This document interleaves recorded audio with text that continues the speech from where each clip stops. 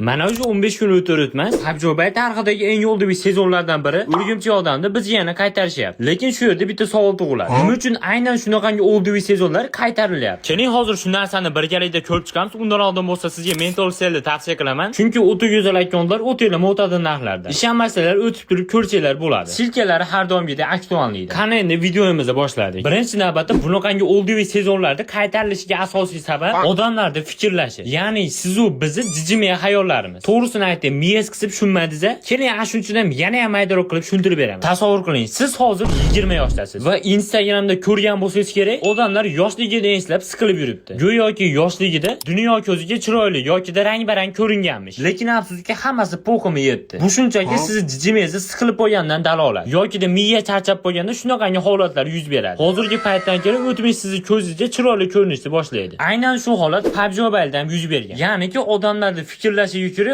oldiviy eventlar hozirgidan ko'ra anchagina yaxshimish. Shu sababli ham PUBG Mobile mana senlarga ishlamaylar deb eski eventlarni qaytarib tashlayapti. Lekin ko'rib turganlaridek odamlar bu eventlarda 1-2 kun o'ynagandan keyin qaytib betiga ham qarashmayapti. Hattoki mana shu kelayotgan Urgimchi odam sezonida ham xuddi shu holat qaytariladi. 1-2 kun odamlarda juda ham katta qiziqish bo'ladi va birdaniga hamma bir-biriga qo'yib qo'ygan holda bu eventga qarab ham qo'yishmaydi. Mana shunaqa gaplar. Agar videoda shu yergacha ham ko'rib puxta ham tushunmagan bo'lsangiz, bu meni aybim emas. Kurt bosgan miyazni yaxshilab ishlatib ko'ring. Chunki bu videoni yasash uchun 3-4 soat vaqtim ketdi. Bundan ortiq tushuntirib bo'lmaydi. Xullas, qilgan mehnatim sizga yoqqan bo'lsa, like bilan obunaga po'kkiratib kalla qo'yib keting. Shundagina qiziq videolar har kuni chiqishda davom etadi. Hammalarga oldindan rahmat.